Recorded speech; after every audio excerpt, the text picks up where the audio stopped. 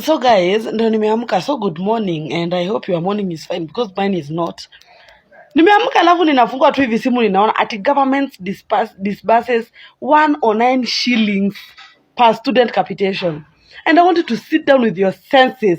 Na hiyo mdomo yako yenye nashautiki tutam. Ukae chini ujiulize, wewe can you eat 109 for 3 months? Unaweza kula 109 Kenyan shillings for 3 months. And you are here saying the government has not said, give him time. Time to do what? To kill our learners. To kill, you know, the school I was teaching, students were not even taking lunch. Mere lunch. We had to not take our lunch and give them. Mimi nilifika hiyo time yenye niliingia ndo walimu walianza kupewa lunch. Hata walimu wako wanapatiwa lunch. Kwa sababu hakuna pesa, hakuna do, na mtu akapo akisema tu, oh my god. Kuna mtu alisema kama uko hapo unashout tuta ama hauna kichwa mzuri, and I totally agree. I agree, hauna kichwa mzuri because you can't see whatever is going on. And okay, ukijua kama uko na mtoto shule public school, ujue amepatiwa 109 Kenyan shillings akule first term. One term. Drain that term. Kindly follow me on Instagram and Facebook. Follow my backup account also. Follow the roundtable on all social media platforms. Be sure to register support if you haven't. Na nawapenda sana. Ruto must go bana. Then kuna hii video imekuwa ikigo around. Amrejeshi akisema no child should be sent home because of matter school fees. Wale wa boarding wao watalipa school fees. Lakini hawa wa day government wamecheza kama wao. Can someone confirm? Ulikuwa unamaanisha Kenya students ama ulikuwa unamaanisha students wa Singapore? Unajua siku hizi kuna disconnect. Ama wazazi wa day school, sijui mtatafuta hiyo clip, mdownload mwende nayo shule sababu hapa ni noma. No child should be sent home from any day school because of matter school fees. Because government is going to cover the education of our children. Watoto watalipa wale wako boarding schools na ile pesa wanalipa tayari has been approved. The amount has been approved. Some of these things we are not begging. As leaders, sometimes we are just telling the government to do what they need to do. Last week, we told the government clearly that they needed to release a circular in terms of capitation, or we were going to do some unspecified actions. So I'm also now calling the government. You have not funded schools in the year 2026. You've only sent 109 shillings only to run our schools for this term. This first phase, we are going to make it as our obligation, first of all, to make all the stakeholders aware that what the government is saying is actually not true. It is incorrect. And we are going to observe within this term on the behavior, the demeanor, the body language of government, and especially in terms of sending money, not stories. And by the time we are going to the midterm, we expect the government to have sent the real money for this term. Failure to which we are going to mobilize all the Kenyan parents to demand what is their right. And their right is that they pay taxes. Free basic education has been there in Kenya. The Kenyan parents cannot continue to observe silently as the government continues to tear down and annihilate the right of learners in Kenya by not adequately funding the free basic education. Pressure over the funding of public schools, with Kiharu Member of Parliament Ndindi Nyoro accusing it of failing to release adequate capitation funds for the 2026 academic year.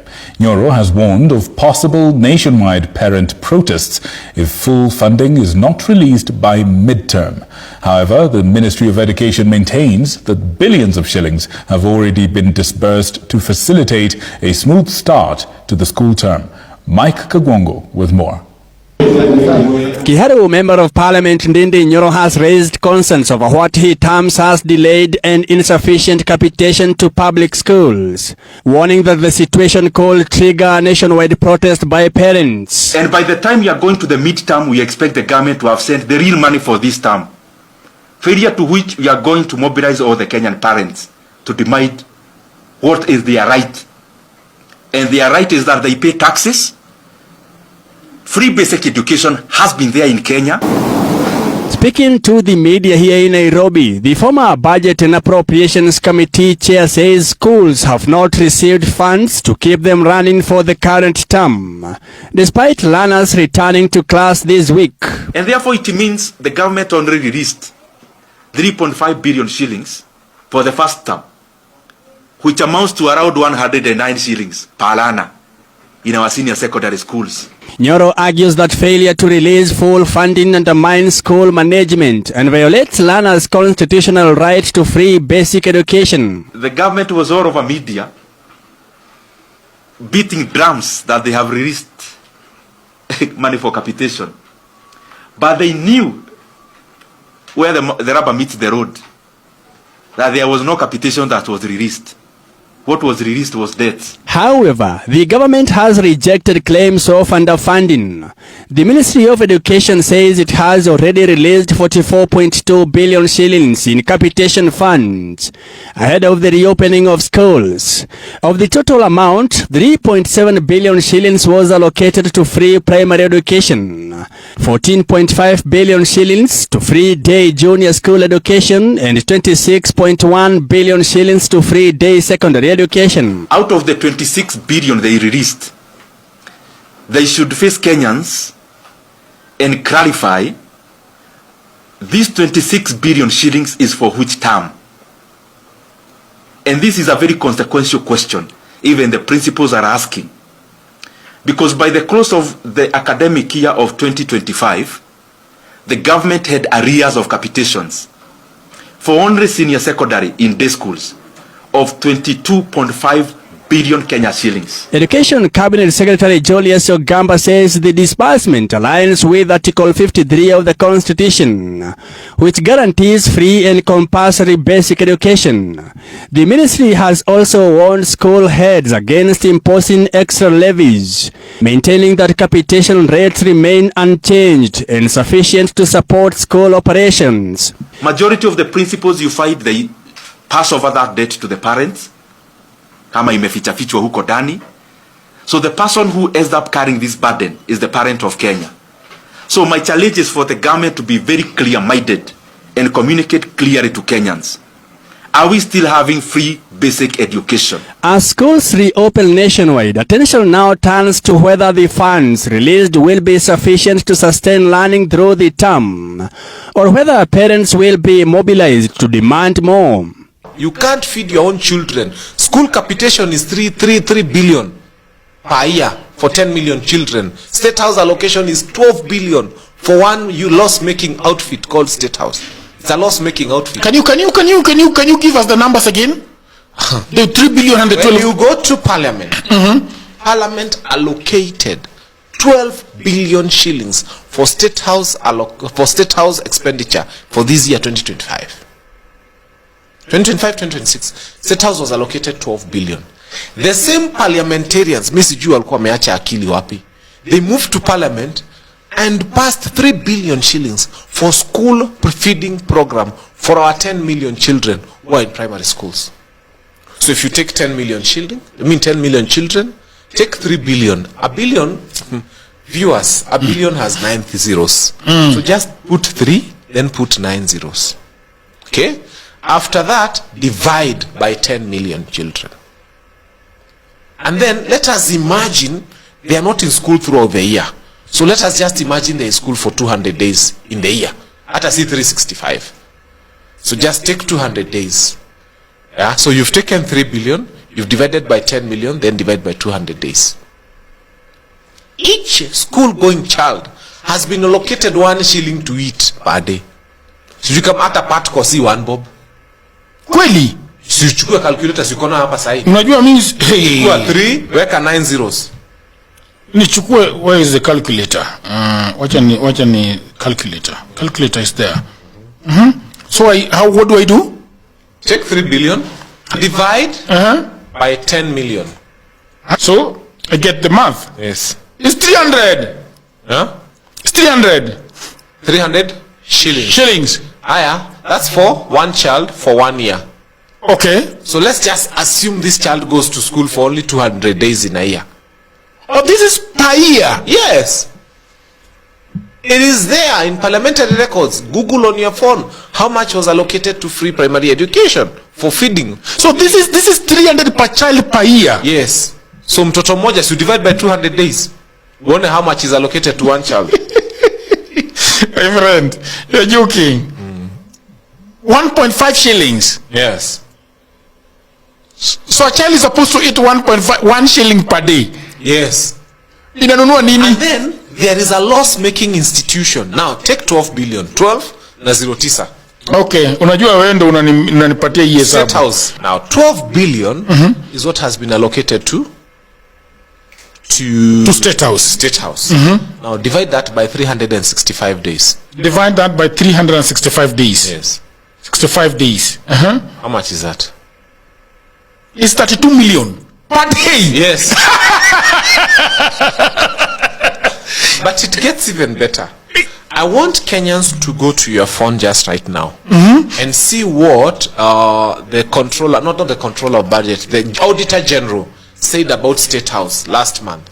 She said State House withdrew 4.2 billion for travel and leisure and whatever and entertainment in 36 days.